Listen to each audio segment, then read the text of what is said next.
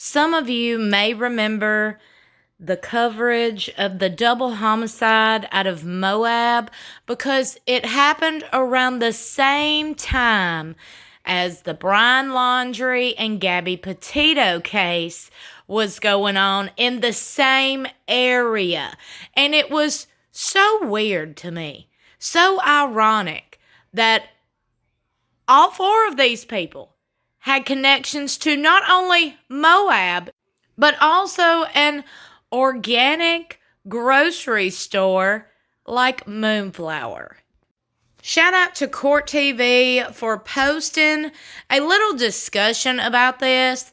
Yesterday, I'm going to add a clip from that discussion at the end of this video. They brought up some valid points, and I'm over here like, hold up, I still got a lot of questions, okay? None of this makes sense to me. But hey, the Brian Laundrie and Gabby Petito situation did not make any sense to me whatsoever, okay? Or the whole Brian Laundrie situation. Let's be more specific. But hey, that's for a whole nother video. And yes, we will get into that, so y'all stay tuned for that. But first, I want to go over a news article, a local news article from around Moab in September. Now, keep in mind, this was put out in September, but I just want to refresh everybody's memories and kind of get us up to speed to where we are today. And if you're new here, I hope you smash that subscribe button and click the bell so you'll be notified whenever I upload. I also have a main channel where I discuss reality TV, celebrity news, and gossip. And I also have a vlog channel, which both of those channels will always be linked in the description of every video. Be sure you share this video, share the channel, thumbs up this video. And as always, engage in conversation in the comments below. But please, please, please remember to keep it respectful. Be kind. Do not be out here spreading hate and negativity. Okay. Let's get into the news article. Now, keep in mind, this was Thursday, September 9th, 2021. So this was a few months ago. Warrants in Moab murders reveal second vehicle, multiple gunshots, and a creepy man. In which many people were speculating, and look, myself included, okay? I was speculating Brian Laundrie might have had something to do with it because it was just weird to me how all these people had ties to one small little town and specifically one little grocery store. So I was like, okay, I guess things can be a coincidence. I mean, I'm one of those people that's like, okay, look, everything ain't a coincidence. Okay, everything is not a coincidence, but apparently, allegedly, in this case, hella a coincidence, okay? Unsealed search warrants have shed more light on the investigation for the murder of two women in the Moab, Utah area, where a $20,000, reward is currently being offered for information that leads to the arrest and conviction of people responsible for their deaths. The bodies of Kylin, 24, and Crystal Turner, 38, were found on August 18th at a campsite in the South Mesa area of the La Salle Mountains. The unsealed search warrants say the pair was found dead in a nearby creek, partially undressed and with multiple gunshot wounds to the bodies. It was previously only reported the women were shot. The wounds were located on the backs, sides, and or chest of the victims. The court documents state they were reported missing 2 days before their bodies were found, and the documents state that Schultz had told friends there was a quote-unquote creepy man around their camp that intimidated the women, the documents state. Investigators were informed that Kylin had mentioned to her friends that if something happened to them, that they were murdered. Information from the warrants say that both bodies were undressed from the waist down at the campsite and that had normal amenities for a long-term campsite were observed. Investigators located a single camp tent and a makeshift rabbit shelter. The pair was last seen at Woody's Tavern in Moab on August 13th. Bar security footage shows the woman leaving at approximately 8 p.m.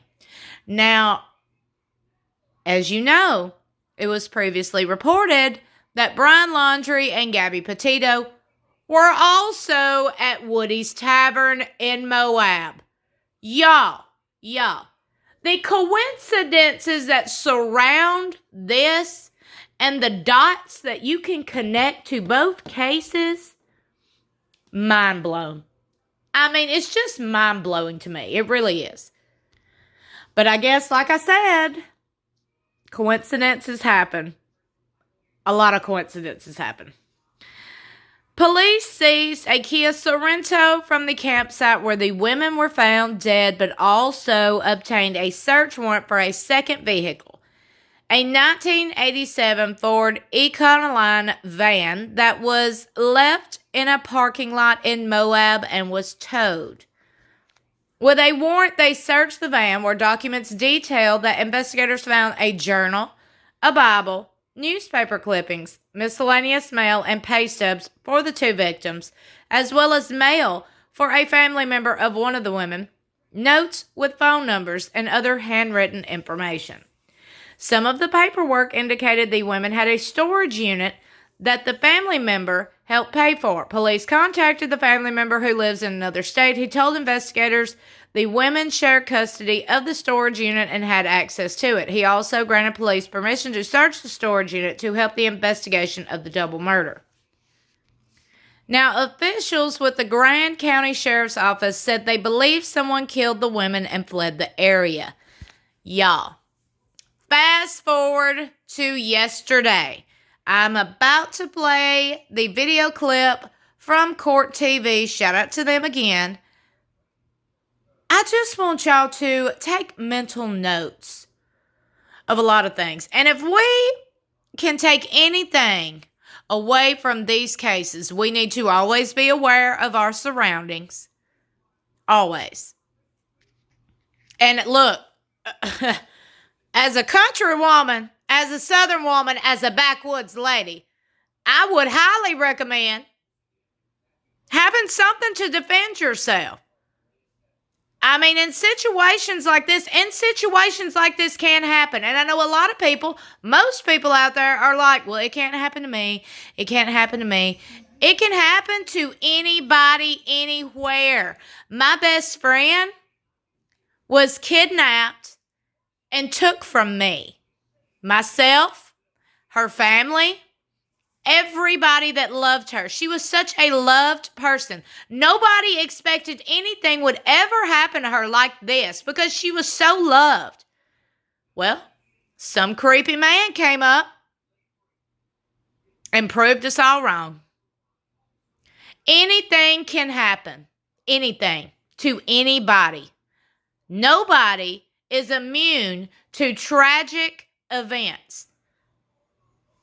So always be aware of your surroundings, and I highly encourage everybody to have a way to defend themselves, whether it be a weapon, and if you do have a weapon, please take the proper safety courses or precautions to be sure you know your way around the weapon. You have the proper license, the proper permits.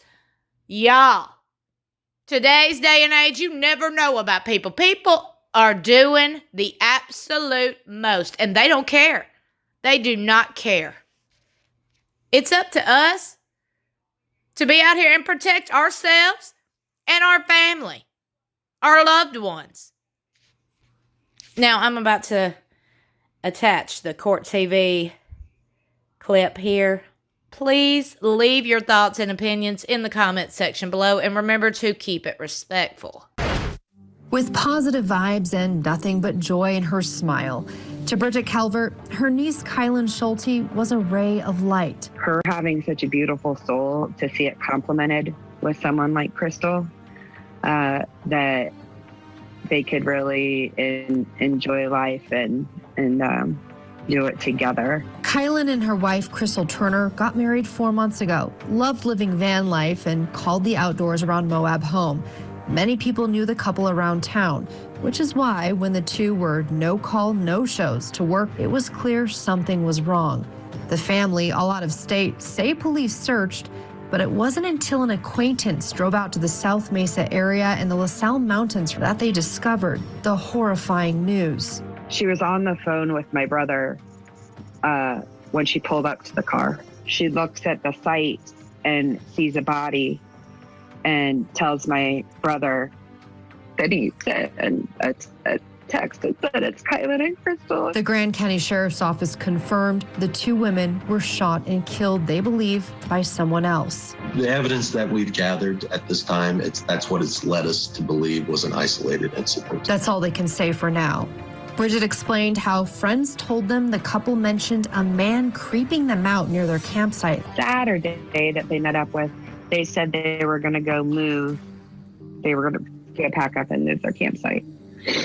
That it was like he was still creeping them out. The family is hoping someone can help them find answers. What is very uncomforting is that there 100% is a murderer on the loose. A murderer who took two lives away, but the family says will never put out the light, the love of Kylin and Crystal. We're going to let their love light shine, that they had the most beautiful love, and that light is not stopping. All right, folks, it's still unsolved. I'm putting the phone number up, Grand County Sheriff's Office, if you were in or around Moab, Utah, or maybe you heard something from a friend who was there, or a friend of a, doesn't matter. Here's the number, 435-259-8115, 435-259-8115. Now, you heard all this talk about a creepy guy, the creepy guy. Well, an affidavit for one of the search warrants that was executed in this case has been released, and there's some information on here. Extremely interesting, suspicious, makes you really think, you know, is this the creepy guy? Let me read part of that affidavit for you. Again, this is an affidavit for a search warrant just released. On the night of 8/17/21, Deputy Palmer made a traffic stop on a Subaru Outback driven by the subject. The subject was so unnerving that the veteran law enforcement officer decided not to write the speeding ticket as he did not want to take his eyes off of the subject. Wow. The deputy stated that the subject acted oddly for being pulled over for speeding, almost a combination of euphoria and that he had been caught doing something wrong. We were later told that the subject had been seen around town and that he routinely sleeps in his vehicle. One party stated that she had to make the subject leave her place of business as he makes unwanted advances towards women and makes them feel uneasy. Kind of creepy, right? The subject was asked if he knew Kylin, and he said he had seen her in the Moonflower Market regularly, where he was currently working but had never worked with her. Unbelievable comment. The Moonflower Market, folks, that's where Kylin worked. That's where Brian Laundrie was seen slapping Gabby Petito, and now we've got the subject of this search warrant was working there as well. All right, what does this all mean? Let's bring in tonight's guests. Joining me in Salt Lake City, Utah, retired police commander, host of the Profiling Evil podcast, Mike King. Also in Salt Lake City, I guess they call it SLC, right, if you're in, right, Utah. Private investigator Jason Jensen is with us. He's also working this case. And joining us by phone, of course, also in Salt Lake City, Utah, ABC4 reporter Marcos Ortiz is with us. Great to have everyone here from Salt Lake City. I've been there many times, I think about 8 times, but many years ago. I'm just going to start with Marcos, with ABC4. Marcos, thanks so much for joining us tonight. What are you hearing? What's the latest from investigators in terms of trying to find out who murdered this newlywed couple? Well, it's hard to say what the investigators are thinking because they're still keeping this close to the vest. They're not talking publicly. I put in several calls today with the Grand County Sheriff's Department. No one has returned the call. And that's been their MO from the outset. They just will not release anything public. So we don't know what they're thinking or what's happening internally, but in talking with the cousin, Diane Brooke, she is the cousin of Crystal Turner. She's very pleased to have this information. It confirms her thoughts from the past, and that is that they are working this case. They're continuing to work this case, and she said that she'll wait. She'll wait a year. She'll wait 2 years. There's no hurry. What she wants is justice, and what she wants is to make sure that they get the right person for this crime. Jason Jensen, private investigator, working this case. I'm reading this. The only thing that strikes me about it is if they work together, then it would seem that if there was a creepy guy hanging around, maybe they would have known who the creepy guy was if it's the subject of this search warrant. Tell me what you can tell me and what you know tonight, Jason. Right. It's interesting that this guy picked up the job after Kylin is deceased, but was a regular there at the marketplace, because if you read through the affidavit for the warrant, he started on the 16th. Well, we know that this is the time frame that Kylin was missing. So they eventually figure out that she was likely murdered on the 14th, but they don't find her body till the 18th. So the timing of this is really weird, but given the fact that this is a warrant that was executed around the time that her body was found, we're talking 5 months ago. So the question begs now whether or not this is still a person of interest for them, because you would think that once the warrant was executed, they would have found the fruits of the crime, because they're asking in the warrant for to seek gun, ammo, gloves, and any evidence. One of the things that they mentioned is a jacket that they had interest in because there was a blood stain on it. What is the result of all that? Did this eliminate him as a suspect, or is he still somewhere on the radar? Mike King, from this part of the search warrant, I'm going to read a little bit more of it in just a bit, but the thing that struck me is, and I always think of, your podcast, Profiling Evil. This is evil that would take the lives of these two women.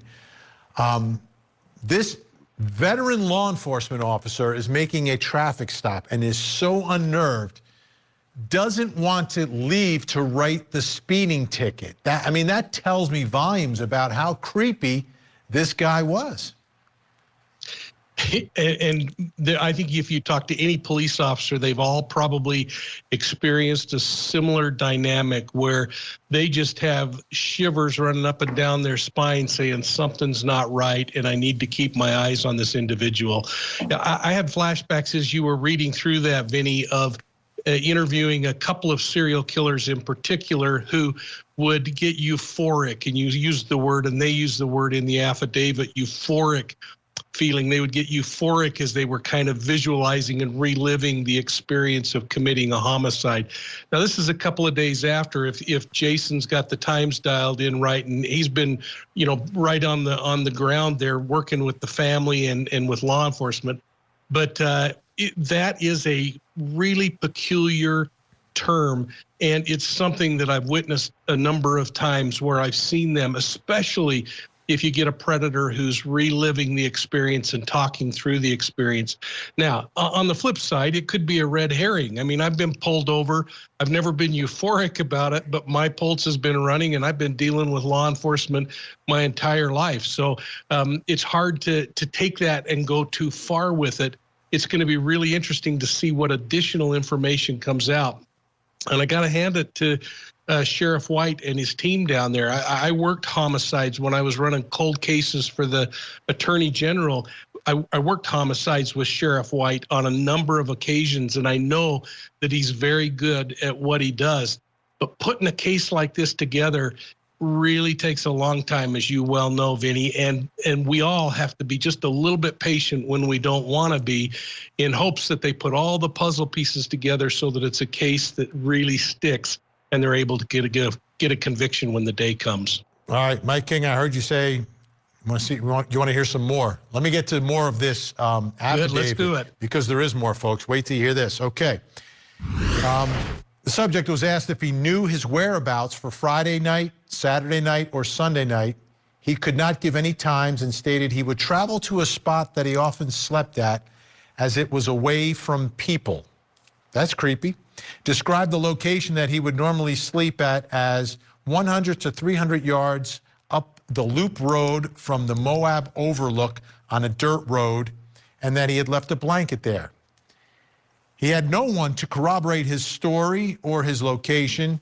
Law enforcement located 2 blankets and a jacket, and they observed what they believed to be blood on the jacket, just as Jason Jensen told us.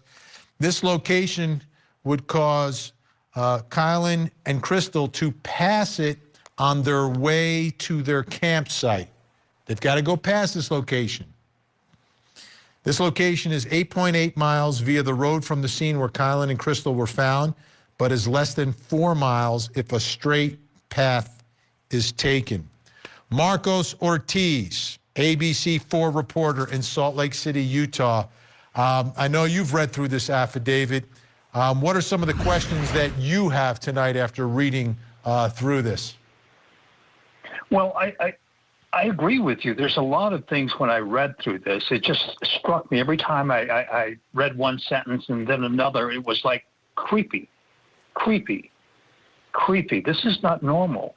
And one thing also I might point out that at the bottom of the search warrant, I don't know if you saw this at all, but when they went in to, they wanted to search his car. They were hoping to find a lot of different pieces of evidence that would connect him to the murder, firearms, ammunition, gloves, things of this nature.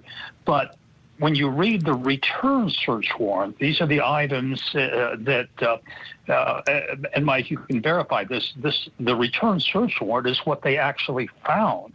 And it wasn't much that they found. 2 cloth hats, 1 long sleeve shirt. So maybe that's the reason why this has taken a little bit longer than, people would hope so. Jason Jensen, remind us a little bit about the scene where Kylin and Crystal were murdered and how they were murdered. Sure. This was a dispersed open area campsite where you don't have to pay a fee there, and it's not marked with concrete or anything like that. It's basically the wilderness, and while there's a couple sets of groves of trees there, there's a couple of fire pits there where oftentimes people set up camp there for either the elk season, or they also call it bear camp for when it's not elk season. And, it's like 100 feet to 150 feet off of the main road, the LaSalle Loop Road, where you can see a vehicle there from the main road. But so if you were driving by, if you knew that that's their car, you would know that where they were camping. But it's very serene, it's very quiet, it's off the beaten path where you don't have to worry about all the Moab visitors coming there for the arches or anything like that, because it's the opposite end of Moab, away from all the national parks. Mike King, what Jason is telling me, it sounds like it's someone who's a little bit more familiar with the area. Not necessarily one of these drifters that's just flowing through if you're off the beaten path a little bit there. It really makes you start to wonder if they were targeted and this was fantasized and thought out, or if it was an opportunistic kind of a killing where someone just happened to be at the right spot at the wrong time for this couple. And that's what's really challenging in these kinds of cases. But man, doesn't this make you want to know if they collected that jacket and tested the DNA in that blood and the DNA on the jacket to kind of put 2 and 2 together? I hope that shoe will drop soon too. Absolutely. Marcos Ortiz from ABC4 out in Salt Lake City. Let me ask you about the community reaction to all of this. If there was a murder like this in my community, and obviously it's different than Moab. Moab is much more beautiful and spread out and is what it is. But how about the community there? Is there any fear that there is some sort of a homicidal maniac out there who hasn't been caught? don't sense that they have that fear. But I'll tell you what, they're very interested. This is a small town in southeast Utah.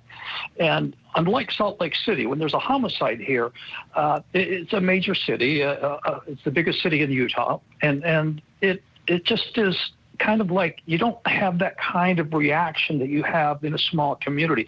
In this town of Moab, what I've been finding out is that people are very interested in this case. I mean, you put something on social media, even a story of this, and you get so much reaction, so many comments from people. I've just never had that kind of reaction from a community. But in reading through some of these threads, I don't sense that they are afraid, that they're fearing that this person is going to strike again. It's almost got to believe that this was a one-time event that happened. And I might want to add something too, that in terms of his campsite. You kind of wonder how long had he been at that campsite, because as you recall from one of the earlier exchanges, I think it was Kylin, or either Kylin or Crystal had said that this man was going to go get some clothes and food and be right back. Well, you know, you read the warrant. Where he was at was only 4 miles away if you took a straight shot, or 8 miles by the road. So that kind of falls in place with what we've been hearing lately. Absolutely.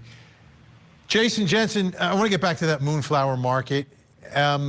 Is this the only place in town? Because every story, every person connected, there's always this thread that goes through the Moonflower Market. What is this place?